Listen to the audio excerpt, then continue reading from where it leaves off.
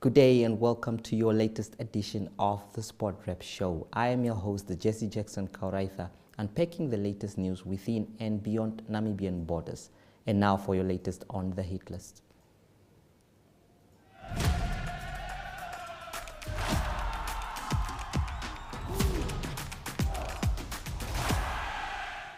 African Stars Football Club has announced the release of a number of players in order to make room for new players. The 2022-23 Debmarine Namibia Premiership champions deemed it fit to make sure that they release the players as early as possible. Stars believe this will give the players enough time to find new clubs before the start of the season. Shiwana Shashatindi, Ratanda Mbaluvara, Yanja Muye, Maharero and Hiha Kashivena have been released by the club. The offloaded players experienced little game time under coach Mervyn Bakera and were not often seen playing regular football in the Premier League last season. The club, which signaled its CAF ambitions earlier on, is expected to beef up the squad ahead of next football season.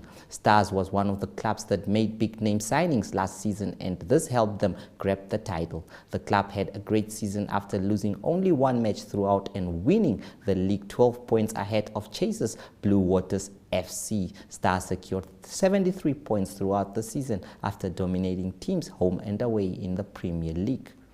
Namibian boxer John Paulinus and Charles Shinima will headline the MTC Nesta Sunshine Boxing Promotion Bonanza slated for 12 August at the Windhoek Country Club. Paulinus will defend his WBO title against Patrick Mukala of the Democratic Republic of the Congo, while Shinima will trade leather in the main supporting bout. Namibia's cyclist Vera Looser, who took part in the 4-day Engadin Bike Giro over the weekend in Celerina, Switzerland, took second position in the race after Adelheid Morath. I banked some good climbing efforts at altitude, and I am really happy about the progress I have made in the past months, she said. The cyclist has been in the form of her life and is expected to continue as she pedals her way to more glory this season. This is said to be the right form to probably earn her the Nedbank Desert Dash towards the end of the year. Our Spotlight segment is on up next, but first let us go for a break.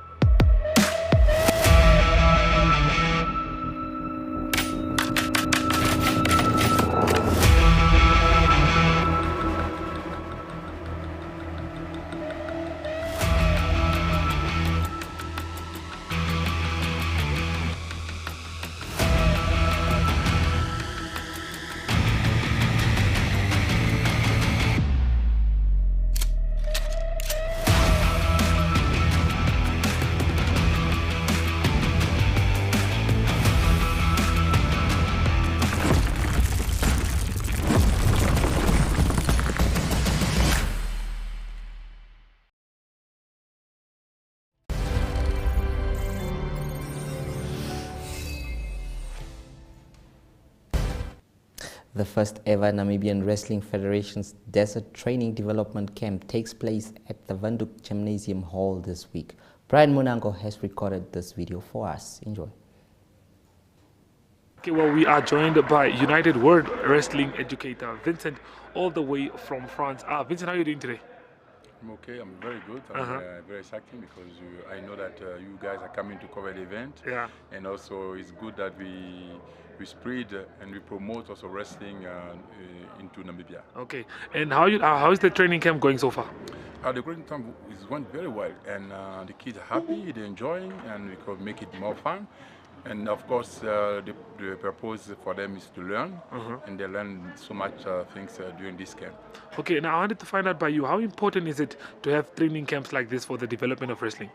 It's very important because we open this program, we call it a regional development tournament, to the country around, so that they can join Namibia and have a training camp together, coaching course together, referee course together, and competition at the end. It's a special program that created by United Wrestling, and with this program we want to spread wrestling in each region in Africa. Okay, now what is the importance for wrestlers to attend training camps like this? What do they have to learn?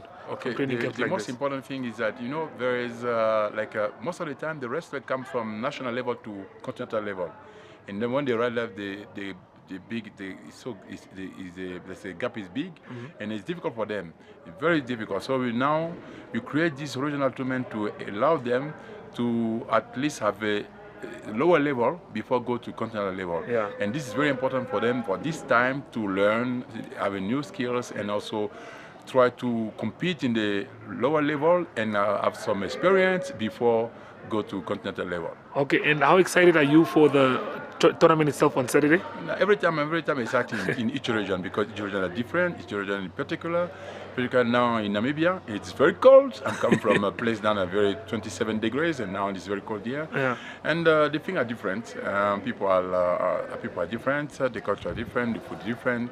And I'm so excited that the kids and like on Saturday or Friday, I think they are bring the small kids to see wrestling and be involved in wrestling. That it's amazing, because for me, the most important are the kids that should start wrestling very soon, involved in wrestling, love wrestling, and stay in wrestling.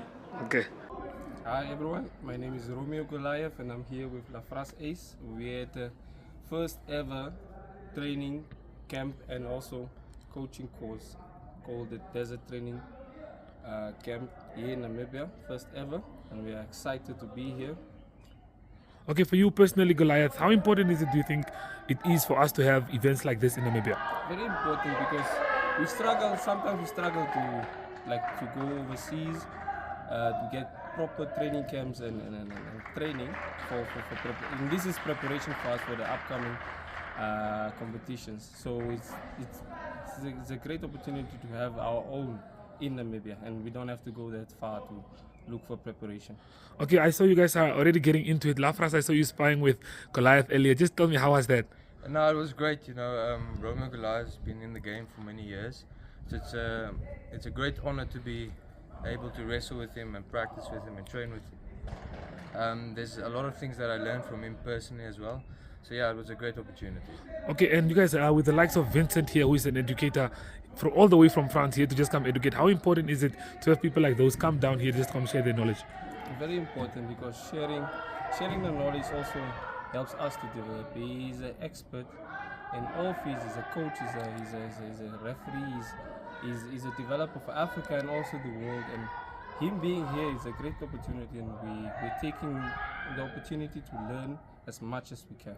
Okay. And, Vincent isn't just an instructor or trainer, he's also a role model for African wrestlers to show how far you can go with your wrestling. It's not just wrestling itself, it's also development of wrestling in countries such as Namibia and Central Africa, which don't have these opportunities. So yeah, he's also a role model. Okay, well, all in all, both of you guys, how excited are you for this whole weekend, for the actual development tournament that you guys might have on Saturday?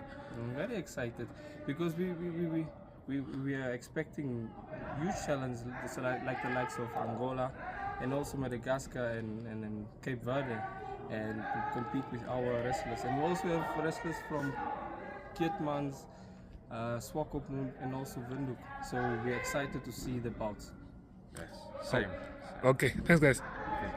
Hey everyone, my name is Esther Abraham. I'm a Namibian female wrestler that currently got silver in the African Championships. We are here at Windhoek Gymnasium preparing for it's a preparation actually, camping training from Vincent Aka is a very good coach. He's actually trains female, and it's a very big opportunity for me to get experience from him, training me to become more. I learned me a lot of things, especially getting goals to the Olympics. He told me it's not easy. I thought it was easy. When he told me the basics and everything, I have to work more hard. Not only African Championships, but many more tournaments. Okay, well, not everyone knows it, but you are the first female Namibian to come back with the silver medals from the championship. But Esther, quickly tell us, how excited are you for this development training that's happening here at Windhoek Gymnasium? I'm very excited. I get to wrestle other female wrestlers. Like in Namibia, there's not that much female wrestlers, so I don't get experience to wrestle with females, because mostly I just wrestle with males. So I know the difference between a male and a female wrestler, their strength and conditions. Okay, now the fact that you say there are not a lot of female wrestlers, how important is it for you to have tournaments like this where females can come and then you can compete with them to just see where you stand personally? It's very, very important, because I get to develop, I get to look at my mistakes, I get to know if I'm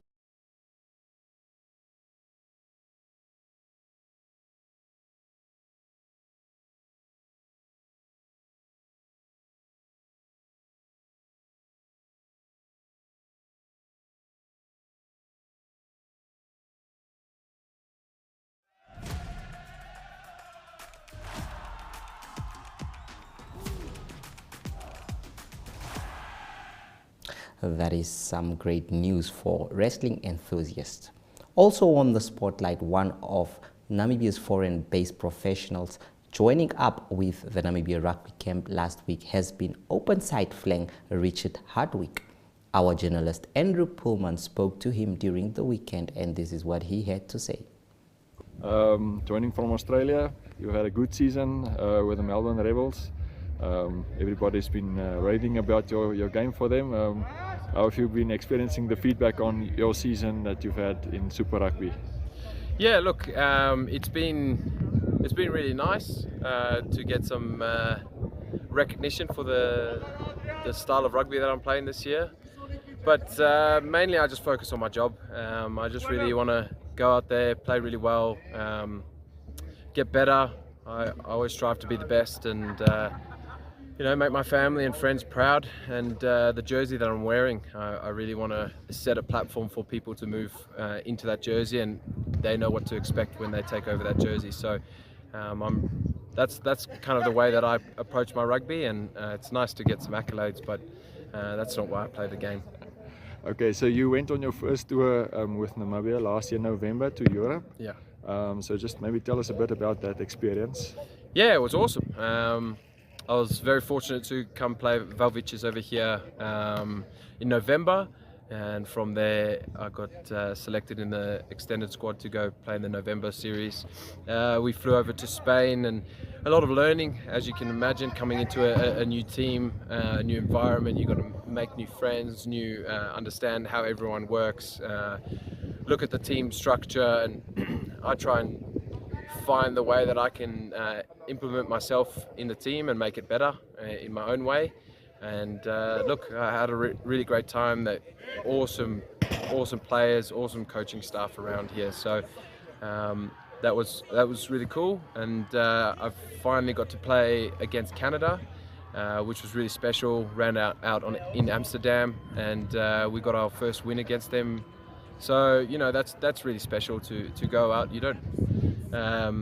You know, to get a win on your debut is something special. So, you know, it was really great, and then to get the team spirit around everyone was awesome. Okay, so you've been in this Namibian training camp now for a week. All the guys joining from all over the world. So, what has been your views on the camp so far? It's been awesome. Coming in.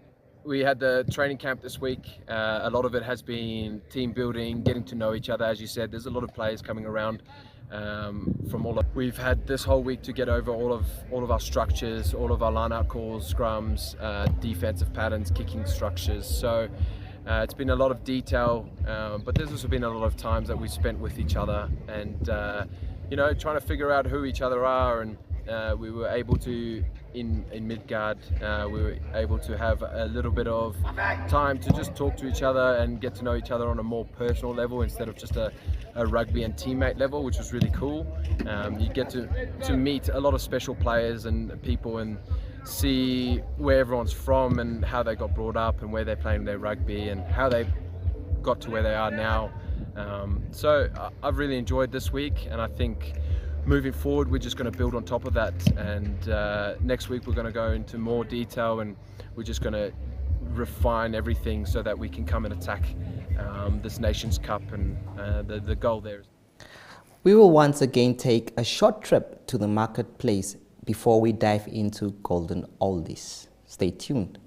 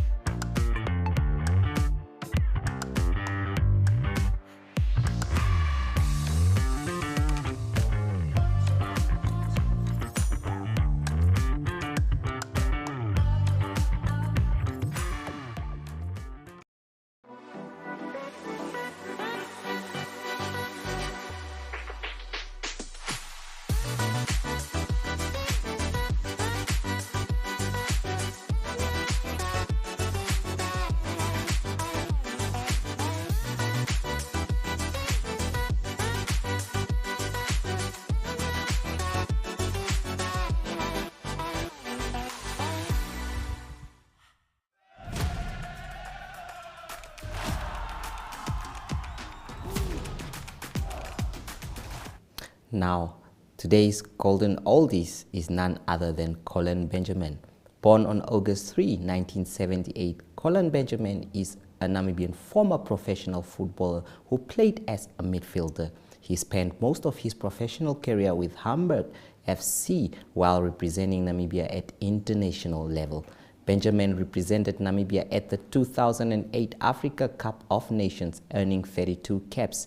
He captained the team for several years. Benjamin was known for his speed and was mainly used for wing play as a defender. He was named as the head coach of the Namibian national team in June 2022, succeeding Bobby Samaria. After his 10 years at Hamburg, Benjamin ended his playing career in Germany at 1860 Munich, where he spent time in the club's coaching setup. Benjamin, who won 41 caps for Namibia and captained his country, said he was up to the daunting challenging of the coach of brave warriors, but would require resources to accomplish the task ahead of him. Namibia began their 2023 Africa Cup of Nations qualifying campaign with a 1-1 draw against Burundi in neutral Johannesburg earlier in June this year. Le Rugby Joel is up next after the break.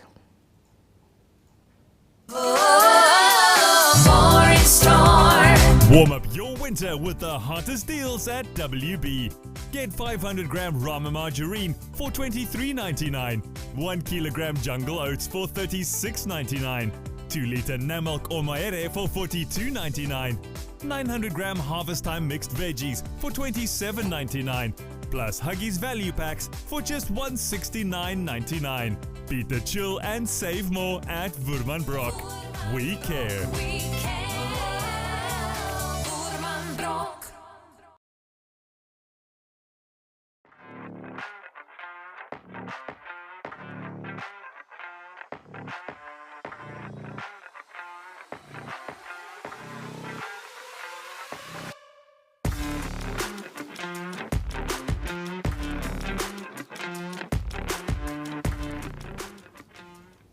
On the Joel, Wales have included uncapped back row forward Tane Plumtrees as injury cover in their squad for a 2-week training camp in Switzerland, coach Warren Gatland confirmed on Tuesday. Plumtree, who was born in Swansea but raised in New Zealand, is also eligible for South Africa through his mother. He recently signed for Welsh club Scarlets, having spent the recently completed Super Rugby season with the Blues. Wales have 2 Rugby World Cup warm-up fixtures against England and another versus South Africa ahead of the global showpiece competition in France that begins on 8 September. The warm-up matches are to be played on consecutive Saturdays from 5 August with England their opponents in the first 2. We will now take a breather before we go for globetrotting. Stay tuned. It takes heart and all the soul. A head stuck in the game. It takes every bone in your body, all the blood in your veins. And then more blood, and more sweat, more tears, all your hopes and your dreams. It takes conquering fears. It's late nights and weekends, 6 to 6s, 9 to 5s. It takes sacrifice and suffering every moment of our lives. It takes kick after kick, being kicked when you're down. It takes fighting for hours for inches of ground. It takes every last line out, every last second spent. It takes absolute devotion. It takes 100%.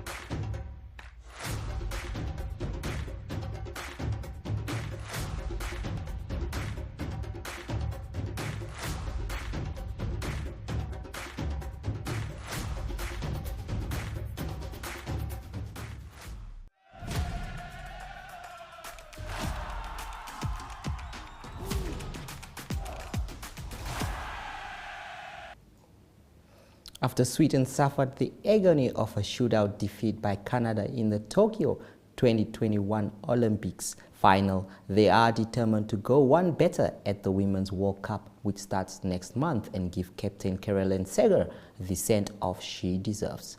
The metronome that keeps Sweden's midfield ticking, the 38-year-old Seger, whose name means victory, has had a glittering career that only lacks a gold medal at a major tournament with her country, but she faces a race against time to be fit. We will once again visit the marketplace, and before that, globetrotting will continue.